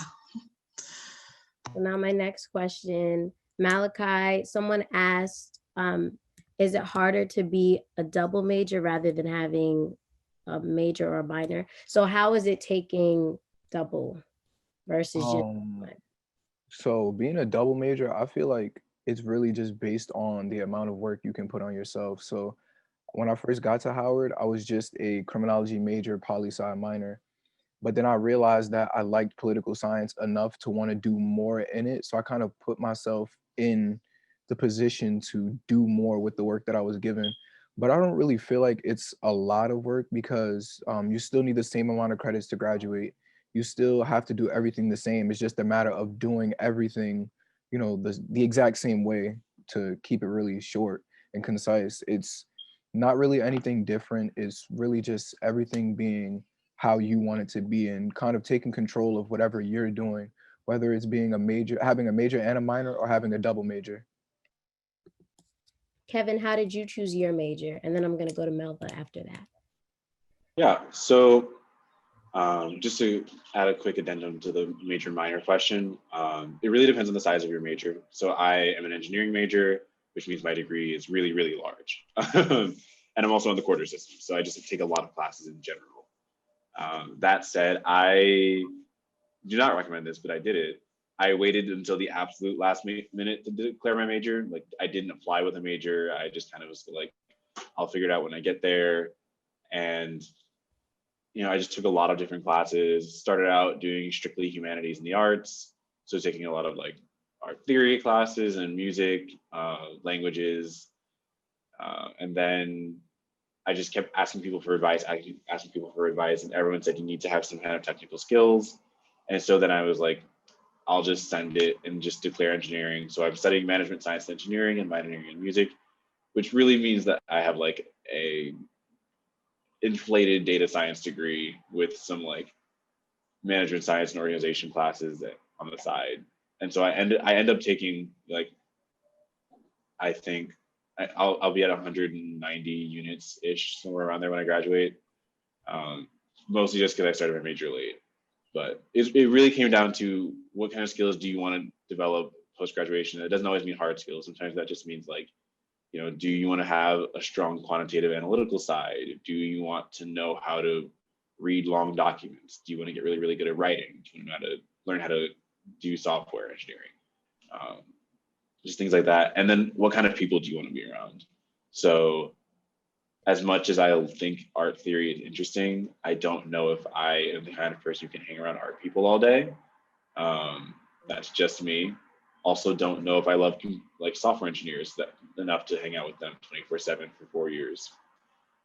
And so finding a degree where I was kind of in the mix of that and I was doing different types of problems, solving different types of problems, or working on different types of things was really important. Melva, how did you decide your major? I knew since high school that, I know that I want to be a doctor, so I knew I wanted to go to medical school. I'm gravitating towards to be an OBGYN. So I decided to be a biology major because it just helped, like, I don't know. I guess like there's this like stereotype of like biology majors and pre-med like on the track of going to medical school. But for me, I don't see myself being anything other than a biology major because even without like, I don't know, it's just like I always just knew that I wanted to be a biology major. Because regardless of medical school or not, I do want to do research, and I don't know, it just goes hand in hand. So I just always knew within myself that that was the major that I was going to go for. And like I said, I don't see myself doing any other major. I am thinking of minoring in women's studies, and I might double major, but that's still something that I'm thinking about and taking Kevin's advice. I'm going to look into it sooner than later. I also advise everyone that in college, like if you need help or you don't know something, like ask for help or like ask for advice, because it's better to learn from someone that has gone through what you have already gone through than for you to make the same mistakes. Yes, you do need to make certain mistakes for yourself to learn, but the more informed that you go into college, as in like, if you don't understand material like in class, go to tutoring or ask your professor to clarify, go to the office hours, stuff like that, because biology is like, it is a very science heavy degree.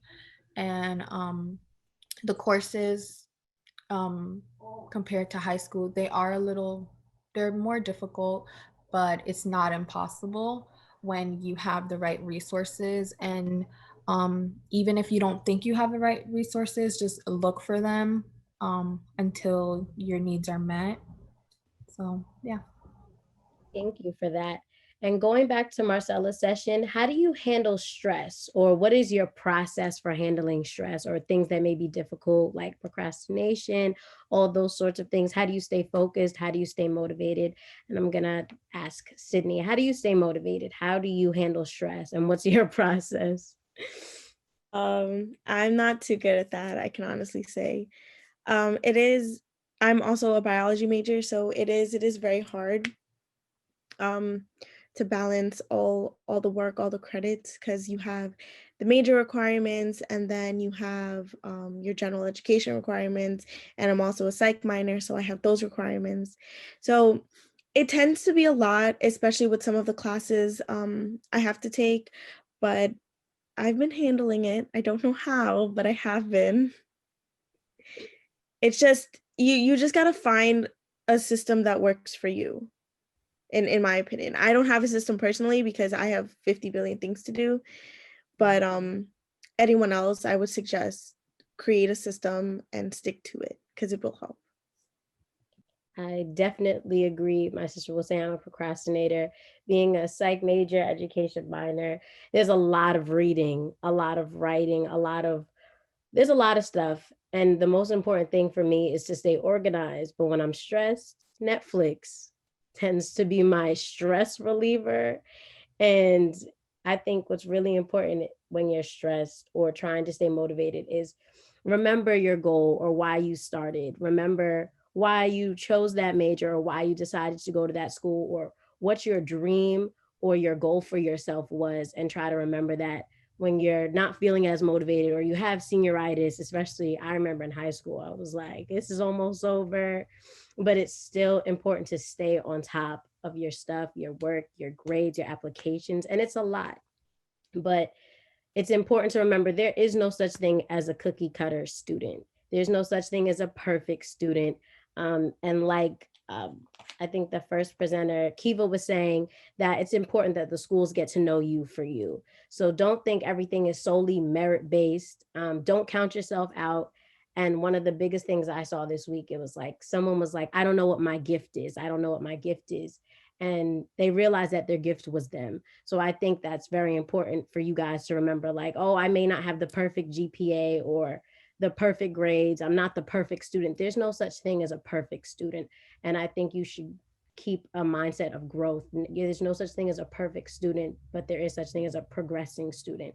So is there anything else that you guys would like to add on stress or the ways you handle stress? Maybe Kevin, Malachi, Olivia, any of you guys have anything or any tips for these students on how to handle stress, procrastination, or anything like that? I'll say something. So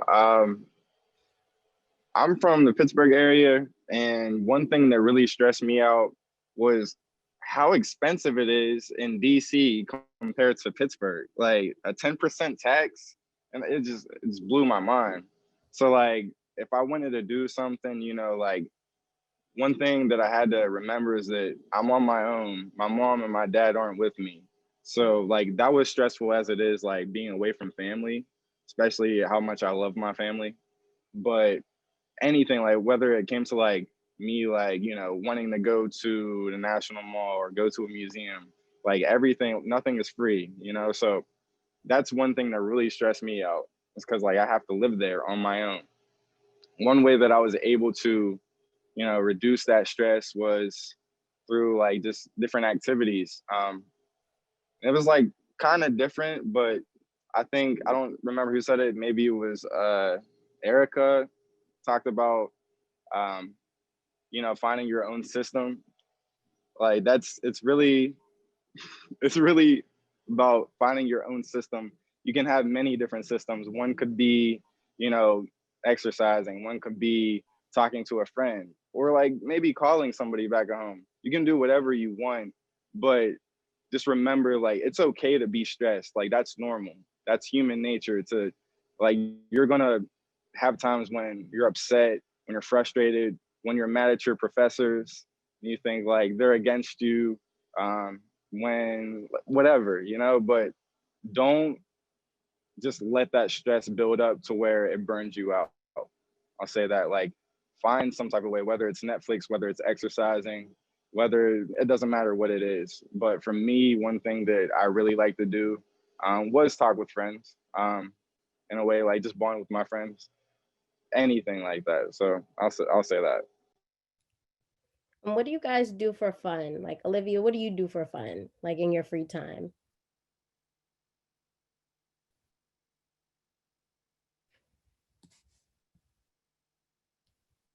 Well, of course, I like to hang out with my friends. Netflix. You know, regular stuff. Netflix, Instagram, hang out with my friends. It's not anything too special. Malachi, what do you do? And then Kevin, what do you do for fun? For fun, I would say every man can agree the first thing I go to is 2K, to be very honest with you. That, or I'll just go outside. I feel like anything I can do outside is better than just sitting in my room and not doing anything at all. So when it comes to fun, I really just or I'll go bother Olivia. So you know, I find any way to really just have fun in college, because you can literally do anything and you'll be able to have fun in college. Yeah, so I think for me, I'm the kind of person who wants to stay busy all the time. So I will start, especially my freshman year, I started classes at 9. And then because I do performing arts stuff, I don't finish with rehearsals and stuff until 11:30, which means that I'm doing work all the time. And then on the weekends, I kind of just like do less work. So I'll actually get to sleep, or I'll go to brunch. So on campus, we will have brunch on the weekends instead of like regular like breakfast, lunch, dinner. So I'll go to brunch, just hang out with friends in the evening, something like that. But I don't know. I also enjoy a lot of what I do.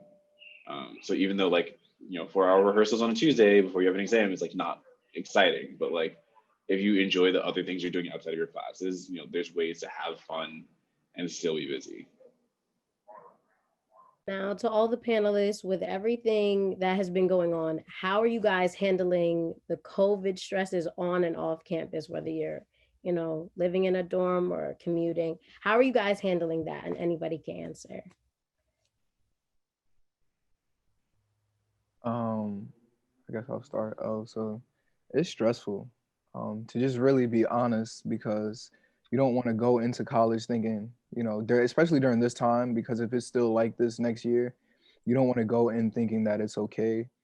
It can be stressful, depressing, disheartening, because you kind of don't have the chance to experience your first year of college. And I feel like your first year is probably your most fun year, because it's everything. Well, yeah, everything is just new.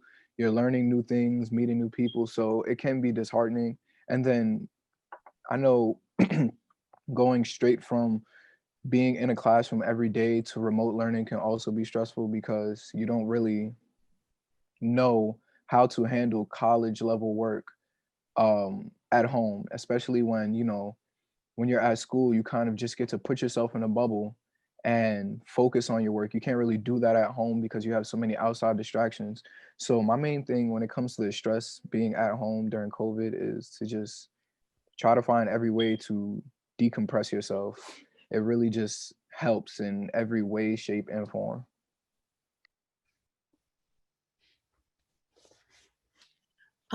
So for me, I am a freshman in college, so I didn't really get prior to Corona college experience. So I just hear like what college was supposed to be like, and then like what I got handed was like a computer and online classes. Although I go to Hofstra and I am doing hybrid, I do kind of get the in-person experience, but it's different because we're all sitting 6 feet apart, like we all have masks. And at first, like, you're excited to go to college and you're like, okay, this is great. Like, I'll wear a mask when I'm going to class. But after a while, like now I'm kind of like, so like I really like it has become a normal, but it's not normal. So I'm really looking forward to actually having the college experience outside of COVID, not having to wear a mask, not having to be 6 feet apart, because you have to be conscious of all the COVID restrictions and the rules when you are on campus. It's not like um, COVID isn't something serious. So it is an adjustment. It does get a bit depressing at times, but you also have to be optimistic and look forward to the future. It's also great to have, well, at Hofstra, we have like our teachers ask us like if we're doing well. Like it's also good to do like mental health checks on your friends. Even if you don't know somebody, you never know if like you asking them how they feel and how their classes are going, how that may affect them and what they're going through. So yeah, although it is sad, I feel like like it has to be this interconnection between each other, like students support students or friends support friends. And like I said in the chat, don't be afraid to speak to other people because they're in the same position as you. You have more in common than what you guys have, that you guys are not alike. So speak up, or yeah, just make college. I feel like for right now, college is what you make of it. So although I was giving like the COVID college experience and I won't be able to experience my freshman year again, it's what you make of it. Try to make friends, join clubs. I'm in a mentoring program that's really good because a senior actually like uh, she checks up on me and another mentee every week. And I don't know, sometimes like you might think you don't need it, but just that support system or that reassurance that someone is there for you just in case you need them actually helps. So look into that. If your college has a mentoring program, I really do recommend it. Anyone else have anything they want to add? Yeah, I think for me, learning to do school online has been a challenge, but I think especially like as an incoming freshman, like the most important things you can do, because like unfortunately we have to prepare for a world in which we might be online again in next year, is just like evaluate if this is the right time. So if you think that you can handle online and that you'll be okay, and I don't just mean like your physical needs and your academics, I mean like your mental health. Like it's really hard. It's not easy. But if you think you can do it and this is the right time for you, then by all means do it. But be prepared, like Noah was saying, to like go out and work really hard to find community and places to get support, because I should say all, most of the resources that were on campus before are still there. They're just harder to find. So it's not like I know where the career services building is and I can just walk over and go to a drop-in appointment and go talk to them. I've got to go to the website, schedule an appointment, talk to them. And so like I do a little bit of mentoring on campus as well. And I've spoken to the advisors since then. And like a lot of college advisors and a lot of people who do mentorship on campuses are very eager to help, especially underclass students, because this is just such a hard time.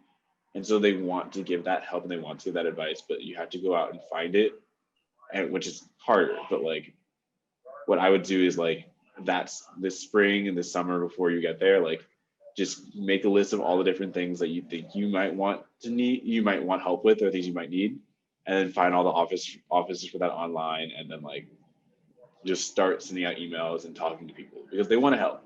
But you've got to put in the legwork, and it's much easier when you don't have classes than when you do have classes. Well, going off of that point, I'd like to thank everyone for your participation and for just, sharing your story as someone who graduated last year from college and has survived all of this. I will say the biggest thing, and it's been the echoing theme that everyone has talked about, is you have to be willing to ask for help, right? And so especially in a virtual setting, you need to be able to find those resources, and schools are working really hard to make those resources available to you, so you don't really have to hunt for them as much as you typically would. I did online classes when I was in college for about 6 months, and it's in a summer, and it is really difficult. So you're going to have to learn how to manage your time well. So as you're going through your senior year, managing your applications, managing your classes now, try and work through that process of how you're scheduling your time so that you are better prepared when you step into a virtual world for college. So thank you to our panelists today. You guys are going to kill it in the rest of your college career. Thank you for pouring into our high schoolers today.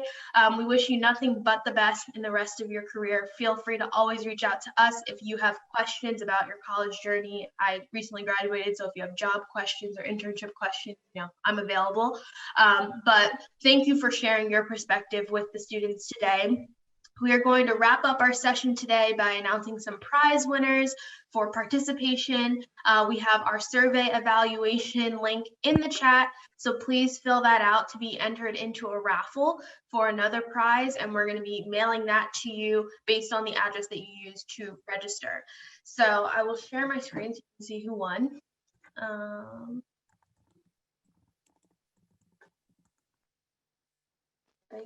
Okay, so these are our participation prize winners, as well as the certificate winner for the Schoffeld Foundation that Ms. Mahoney spoke to earlier. So congratulations to all of you, and thank you for joining us today. It's been a great 2-day session, and we hope that you were able to take something away from this, and that you were able to learn something new, and that you feel more confident in your journey to college. So thank you, everyone, and we look forward to seeing you next time.